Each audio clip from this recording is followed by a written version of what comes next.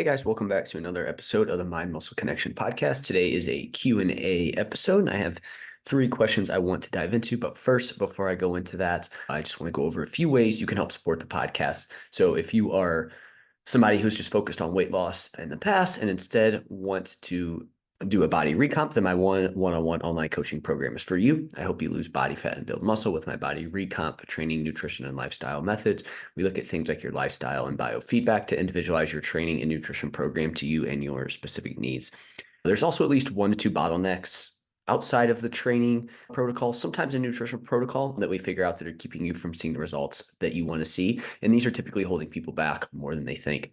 So if you're interested in finding out more about this, you can fill out the application in the show notes. You can go to my website to see what type of coaching I offer, or you can reach out to me on Instagram and we can chat about this in more detail. If you aren't interested in full coaching, I do one-on-one consultations where we troubleshoot any issues you have and or map out a game plan for the next couple months. Also, real quick on the coaching too, I should probably go back to that. I do offer a free 30-minute consultation as well too, where we just talk about your goals, what you need to do, and then we figure out if coaching would be for you or which direction you should go there with that. With the one-on-one consultations, this is a one-off coaching session, 60 minutes. And with this, we troubleshoot any issues you have and or we map out a game plan for you for the next couple months there with that. So lower risk, less hands-on approach there. But again, we'll get you moving in the right direction either way. So if you're interested in either of those, links to that is in the show notes. Next, if you want to learn more about a body recomp, what it is, how to do it, I have my free masterclass on this topic, and you can find the link to this in the show notes. And this will give you a general idea of my methods, how I go about body transformation and stuff like that. Again, that is completely free and is in the show notes as well too. Next, if you don't yet, give me a follow on Instagram. That's where I'm most active. You can reach out to me, ask me any questions, things like that, and I'll answer some of your questions on this episode as well too. There on that. So give me a follow, Jeff, there on that. And then lastly, if you found this podcast to be helpful in any way, if you could leave a rating and review, and that will help more people find this podcast. So with that out of the way, let's dive into today's question. So my first question I have is, how close, plus or minus 5 grams, for example, do you typically recommend hitting macros? I love this question because this is something that I am I wouldn't say very passionate about, but I do think it's important. When I first got into tracking food, stuff like that, it's like, hey, what are my macros? And then it's, hey, I got to hit this to a T, right? So, oh, cool, I can do this. And you end up getting to this point to where it's like maybe at the end of the night, you have 15 grams of carbs, 32 grams of protein and 20 grams of fat. So it's like, okay, what the hell am I going to do that's going to get that right? And you can sit here and try to find this perfect meal with it. You spend a ton of time doing it and then you finally get it. And it's just this weird meal that you have there because you need to make sure you want to take your macros to a gram. And as I've learned more, I've realized that's probably not the best approach, nor is it really necessary to get that minute with your details there on that. And so what this has done for me is it's made me realize that it's probably better to be within a range. We'll talk about like how close we need to get. I think it does depend on your goal, your ability, and whatnot there with that. But to feel like you need to get to this exact number, I just think it's not necessary there with that. Now, this is going to be something I'll dive into. I do think it really does depend on the phase of nutrition that you're in. I think that will obviously alter how close we need to get. But one thing here is, I think coaching hundreds of clients, one of the things I've realized is, and again, this really depends on how lean you are and whatnot, but I feel like for long-term body recomp, body transformation, like just avoiding like really massive variations from one day to the next and like avoiding these weeks and days where you're in a large like surplus or consume a lot of calories is really key, right? And so what I mean by that is a lot of times people will be dieting or again, tracking their macros and they track, everything's great. And then they have 2 or 3 days or less out of the week where they just have these massive like days where they just eat a ton of food, right? They either, whether they're just like burnt out of what they're doing or they're just in this environment where it's really hard for them to moderate. They just have these really massive days and they do that once a week, every other week, a couple times a week. And it ends up just really slowing them down to the point to where they feel like they're not making any progress and that can weigh on them mentally. And then they feel like they're working super hard.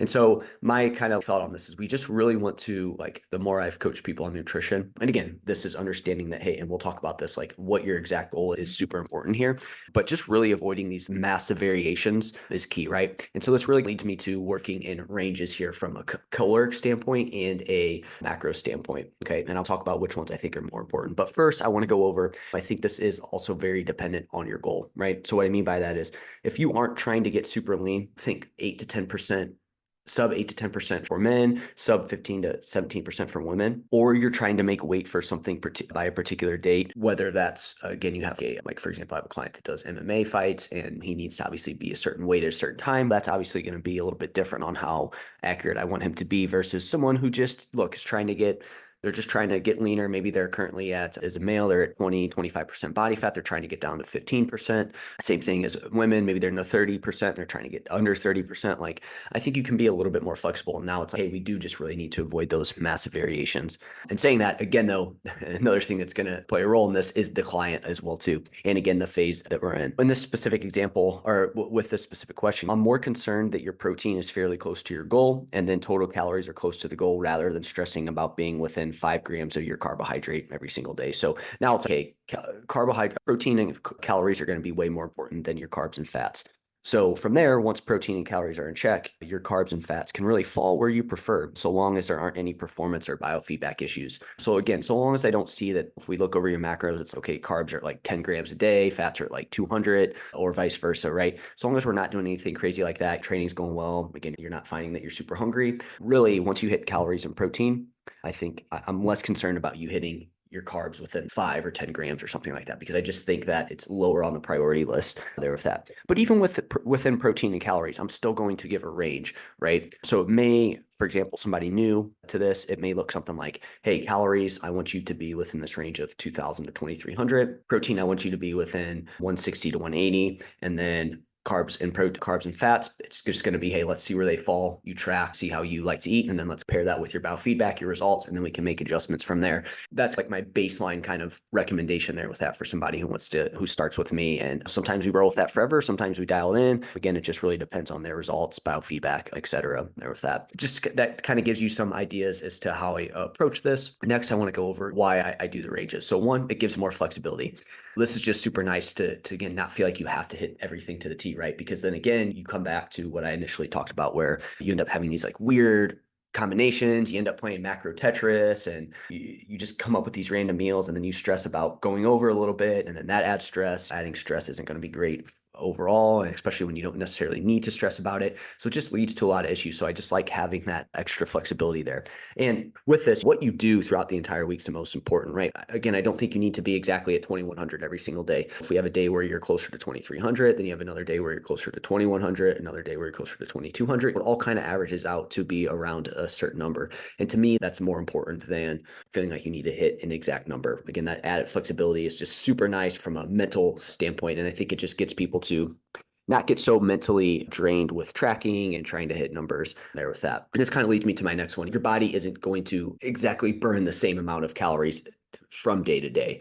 There's probably likely going to be a little bit of a range there. So again, if we can have that range from a caloric standpoint, and then we compare that to your movement and where your weight's trending, we can make adjustments based on what current phase of training you are in there, or nutrition phase that you're in. But then we also have potential tracking errors on top of this. So not only is your body going to fluctuate from day to day, but there's also not potential. There is going to be some tracking errors, especially the less experience you have. But even the more experience you have, there's still likely going to be some tracking errors. And just because something says it has a certain amount of calories on the box or the package, or we'll talk about restaurants in a minute, but just again, anything like on boxes, stuff like that, like those can be off by up to 20, 25%. I don't know the exact number, but it's either 20 or 25%. So again, if something's 100, if it says it's 100 calories, it could be 80, it could be 120. Now 100, something that's lower calorie, not going to be a big deal, but you do that multiple times throughout the day and you can start to see this where these discrepancies can pick up. But then on top of it, if you like to go out to eat multiple times a week, things are going to be off from that standpoint as well, right? Just because something says McDonald's cheeseburgers, 300 calories, it's likely not exactly 300 calories.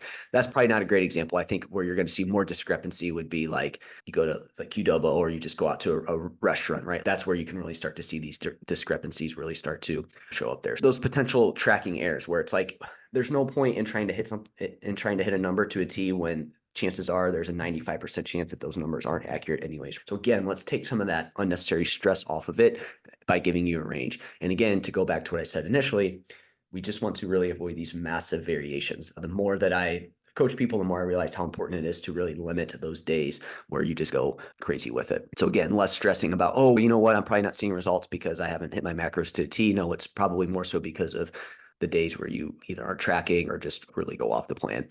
I also think this depends on your current phase of nutrition that you're in. Again, this range may differ based on, are you in a fat loss phase? Are you in a building phase? Or are you in a maintenance phase? Obviously, in a maintenance phase, we're going to have the biggest range because, again, I think that one, it allows for the biggest range there with that. And part of taking a maintenance phase is taking some stress off of tracking. In a building phase, again, we might have a little bit more flexibility there versus somebody who's in a fat loss phase where, to drop body fat, you do have to be pretty accurate and pretty precise for multiple weeks on end there with that. So I think that's a phase that probably requires a little less flexibility with these ranges, right? So let's just take an example where clients in a building phase, the range may be 21 to 2400. When they're in a fat loss phase, the range may be 17 to 1800, right? So we're going to tighten things up a little bit there because we want to have less variation from day to day. And we really want to make sure things are a little bit more tight there from that standpoint. So I also think your current phase matters. And then again, how lean you're trying to get or your level of how seriously you want to take this, right? Somebody that like they want to absolutely max everything out. Again, we're probably going to tighten up your range versus someone who's, look, I want to definitely look better, but I'm not trying to be the top bodybuilder in the world. Again, we can probably loosen things up a little bit here. Now, those would be the reasons for it. Now, the reason not to do it or the reason or a potential downside of this is this can be taken too far. Okay. So what I mean by that is somebody can overthink this flexibility that they have with it. And that extra flexibility, now they are just off by a ton. They don't really take tracking very seriously. They just wing tracking. And now it's like you have a little bit too much, you're too loose with it there with that. So I do think this can be taken too far. And so you do need to, and this is why we base it off of results and the individual client. For example, I have a client now, she's in a recomp phase and she likes to make things like soup, casseroles, stuff like that. And those are obviously hard to track. And so I'm giving her a range. She's guesstimating on what those are. And then she's obviously has other meals that are a little bit easier to track. And then what we're doing from there is we're basing this off of her results. So if she's seeing good results, she's hitting the checkbox, the things that we want her to hit during this current phase that we're in, then we're going to keep rolling with it, right? Now, if things slow down, she wasn't seeing the results she wanted, then we would need to obviously tighten things up. But for her, by being able to not necessarily have to track every last little detail, it's taking some mental stress off of this, some anxiety around it, which helps her stick to things. She's more likely to stick to things now, right? So we need to base it off the client. But some clients, though, again, can take this too far, and then they're just super lax with it. And now it's like, hey, they need to tighten things up. So we need to take the individual client into consideration, and you need to take yourself into consideration here. If you've always been somebody who's always been like, I need to hit it to the T, and I haven't necessarily seen the greatest results, maybe loosening things up a little bit, giving yourself a little bit more flexibility with it can be super helpful. If you're someone that's always been pretty lax with it, you haven't seen the results you want, maybe you need to tighten things up a little bit there with that. So hopefully that was helpful. Hopefully that gave you some insight into how to do that. So let's go into the next question, which is do you have to do nutrition phases? So do you have to do like fat loss, building, et cetera? And to start this off, no, you absolutely do not have to do this.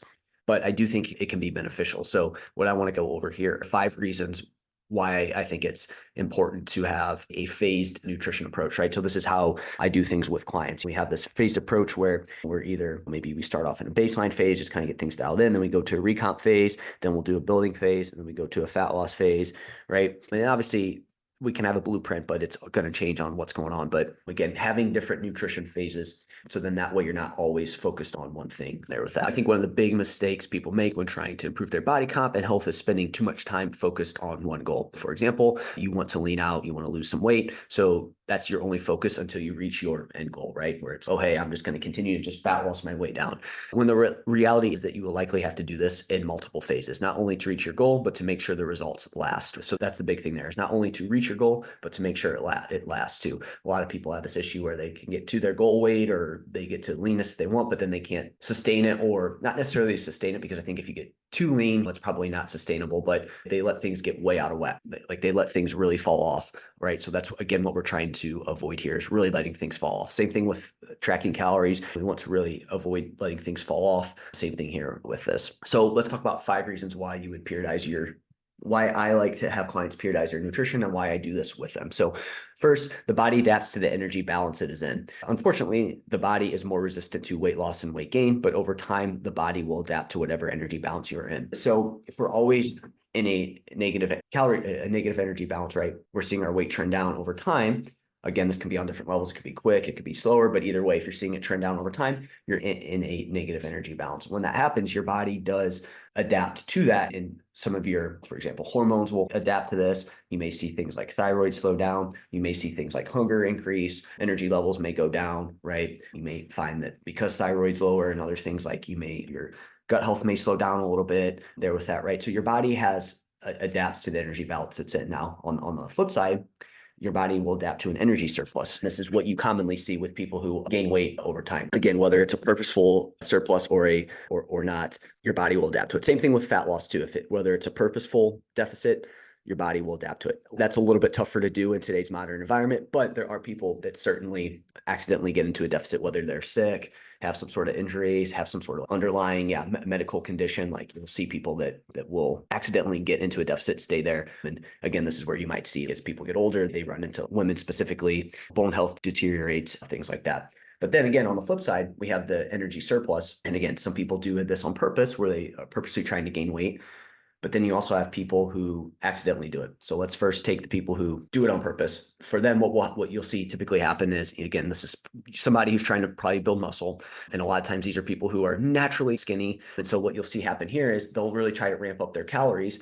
And when that happens, their body upregulates it's more wasteful with its energy, right? Your increase is there. So, they think they'll eat 4,000 plus calories, but their body's really good at adapting to that. And it's more wasteful with energy. So they end up being closer to maintenance there with that. So those are the people that are just probably naturally lean all the time. You can consider these the hard gainers. So that's a way the body adapts to an energy surplus on the way up. They'll also find that maybe they aren't super hungry. Maybe their gut health starts to go downhill. I know the longer I'm in a calorie surplus, I do notice that gut health starts to go down, right? I also am just not as hungry the longer I'm in a calorie surplus. It's your body adapting to that energy surplus. Again, to go back though, the body's much better at defending weight loss than it is weight gain. And again, we see this with the increase in obesity and just how the general population typically is when it comes to weight management. But then we have people that are accidentally in a energy surplus, right? These are people that start to develop type 2 diabetes, cardiovascular issues, right? Again, the body is adapting to that. And obviously certain things are on overload there and they start to deteriorate with that. So obviously with type 2 diabetes, they're just constantly having this influx of glucose. And so the insulin's always pumping out. And again, the body, it adapts to that. And then now they become insulin resistant. So again, we can see how the body adapts upwards and downwards. So that's the first thing. So again, why we would do this is, hey, when the body starts to adapt on the way down, now we get you back to maintenance. Your body can adapt it can go back to homeostasis where it likes to be. We're in a surplus for an extended period of time. Now we either bring you to maintenance or we drop you down to a deficit to, again, make sure that the body doesn't adapt and whatnot to that long term. So again, that's the reason one why you'd want to periodize your nutrition there with that. So by phasing your nutrition, you work with your body rather than against it. Because again, if we're trying to continue to drop weight and we have things like energy levels decreasing, hunger and cravings increasing, libido decreasing, we just keep trying to force that. Again, we're working against our body, not with it. Number two, reason why I like to have people periodize their nutrition is the building and maintenance of lean body mass. When people want to improve their look, the biggest thing they overlook is building and maintaining muscle. Muscle not only will help your look at any given body weight, but it can also make fat loss and maintenance of that much easier. So it's important you fuel properly for building and maintaining muscle, and periodizing your nutrition helps with this process. Biggest reason is when we're in a deficit. Initially, you can probably see some recomp there depending on your training history, current body composition, lifestyle factors, etc. So you can build some muscle in a deficit for an extended period of time. But as you start to build more muscle, you get leaner, everything else improves. The likelihood of that goes down, keeps going down to the point to where you're not going to build any more muscle. And obviously if you keep pushing that deficit, you may start to lose lean body mass in the process. So that we want to make sure that we take periods of time to eat more food to fuel our bodies. Again, this doesn't always mean that you need to be in a calorie surplus to build muscle, but you at least want to get back to maintenance at some point there with that. So again, we want to make sure we're fueling properly for building and maintaining muscle. And if by periodizing our nutrition, it allows us to do that. Number three, weight rebound following fat loss and the research on long-term weight maintenance. We know people can drop weight, but too many people have trouble following that period of time, and for good reason, as this period is very challenging. We know that period after fat loss is challenging to do. Your hunger is higher. Your brain craves that calorie dense food. And there's just that natural drive to get back to homeostasis and that body fat where your body feels comfortable at. Periodizing your nutrition gives you a plan after your fat loss diet and gives you gives you goals to hit during this time so you don't go off the rails. So by periodizing our nutrition, now we have that game plan for after the fat loss diet, and we can have tools in place to make sure that we don't regain all that body fat that we lost. Again, I think you're probably going to regain a little bit of weight. You're probably going to regain a little bit of fat mass. But the issue is when people do this for multiple months and they just overshoot by a ton. They also don't weight train. Again, they don't have any game plan with their nutrition. And that's where you see people really fall off the rails there with it. Again, expecting some weight gain, but again, having a plan to really limit that helps you, right? Because if you can do that, now you can maintain that physique for extended periods of time. Now you can go back into another fat loss phase later at a lower body fat and a lower body weight, and you can keep going from there versus what people typically do is they lose weight, don't have a game plan for afterwards, gain all that weight back. Now they lose it again, and they just go in this vicious yo-yo cycling, and they don't ever see progress over 2 year span. It's the same weight. And if anything, you may end up with more body fat in that process. So again, another big reason why we want to periodize our nutrition. Number 4, and this goes back to, I talked about calorie ranges, the flexibility. I think the flexibility of nutrition is just super important. I can't stress that enough because I think too many times people are either overly flexible where they have nothing, no structure or anything, and then they try to be way too rigid with nutrition. It's again all or nothing, and we don't want to be over here where everything is just there's no structure. We also don't need to be over here where everything is so structured or so rigid. You may have a period of time where things are a little bit more rigid, again during fat loss phases, but overall we want to have a little bit more flexibility here, and by periodizing our nutrition it allows for that. So fat loss dieting requires fewer calories than normal, and so this can be challenging to adhere to long term. So we want to, again, you probably have to be a little bit more rigid there, but that over time is going to be challenging to do. Again, what happens typically? People, they go on a weight loss diet. They're super, super rigid. That worked for them in the past. They just keep hammering away at that. What happens? Then they are like, you know what, screw it. This sucks. And then boom, all the weight comes back because now they fall back on that. That's all or nothing with it. So by periodizing your nutrition, this gives you periods of time when you can eat more food, which allows for more flexibility and balance. And I also think there's something I always say this to clients, inevitably every once in a while, almost every check-in, almost every week, there's at least one client where it's, I just had a terrible week. I had all this going on and I couldn't stay on track. And so, look, it's important that you communicate this to me because I think there's something to pre-planning a break versus being reactive with it, where it's, oh crap, I totally plan on staying on track, even though it would have been really challenging to do it. And then I totally went off versus if we could have approached it as, hey, this is going to be a really tough week. I know that you've talked about diet breaks. I know they can work for a week, or it's something I can do to implement for a week. I'm going to do that. And again, I think there's something mentally to being like, this was planned. I knew this was going to happen versus being like, oh crap, I didn't want to do this, but this is what happened. Again, we want to have this flexibility there with it. I think it's just super important. And then number 5, everyone is different, okay? Not everyone needs to drop weight and not everyone needs to gain weight for building muscle. So by periodizing your nutrition, this allows for individualization based on what the client needs. So again, a common thing I see is, hey, I'm getting into fitness. Oh, I need to automatically just cut out all tasty food. I need to be super restrictive. I need to go low calorie to do that, right? And that's not always the case for every single person. And again, there's periods of time where maybe a fat loss phase is going to be helpful for you. And then there's periods of time where, hey, this probably isn't a good time to try and drop body fat. And so if we just always tried to do the same thing, that would be very challenging there with it. Just a few other benefits, and I'll also go over a few cons of periodizing your nutrition. So benefits, what is exciting and motivating to be switching things up from time to time. You're not always focused on the same thing. So what I mean by that is, hey, you're in a fat loss phase, you're a little bit more rigid. You can look forward to, hey, in 2 weeks, I get to be a little bit more flexible with it. On the flip side, you've been in a building phase for 6 months. It's okay, you know what? This is going to be nice to clean things up, be a little bit more rigid with my nutrition. So again, switching things up can be super helpful. It gives the client a plan where you're going rather than just blindly going about things. 3, better to be focused on one goal versus trying to do everything at once. Focusing on too many goals at one time is a sure way to make sure you hit none of them. So again, this gives you one goal to hit versus, I'm going to lose body fat, I'm going to build muscle, I'm also going to get better performance, I'm also going to do this and this. Again, it really makes sure that you focus on one thing. However, it's not all magic. There's some potential cons. So like I said, it's not magic. You still need to follow through, and if not, adjustments need to be made. Again, you still obviously have to follow through on these plans.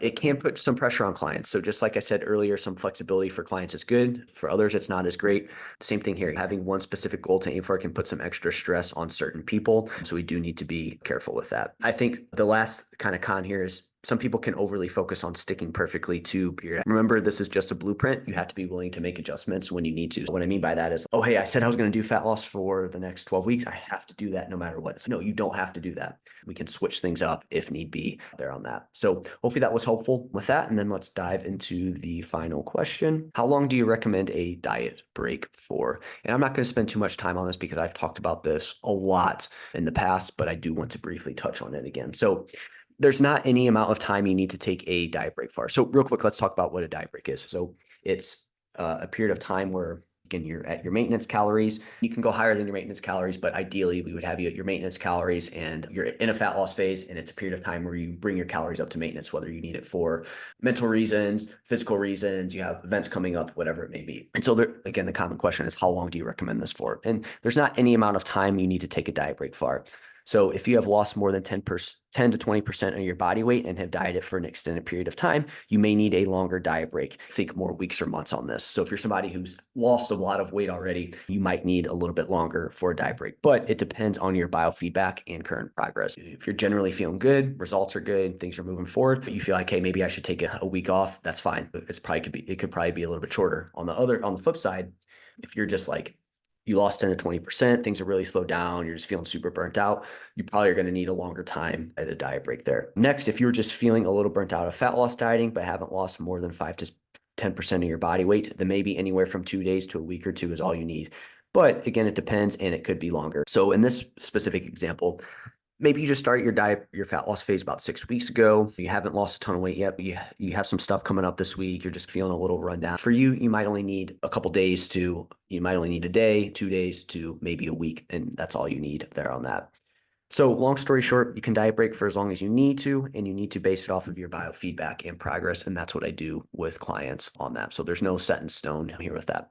So that's it for today's episode. Let me know if you guys have any questions, and I will chat with you next time.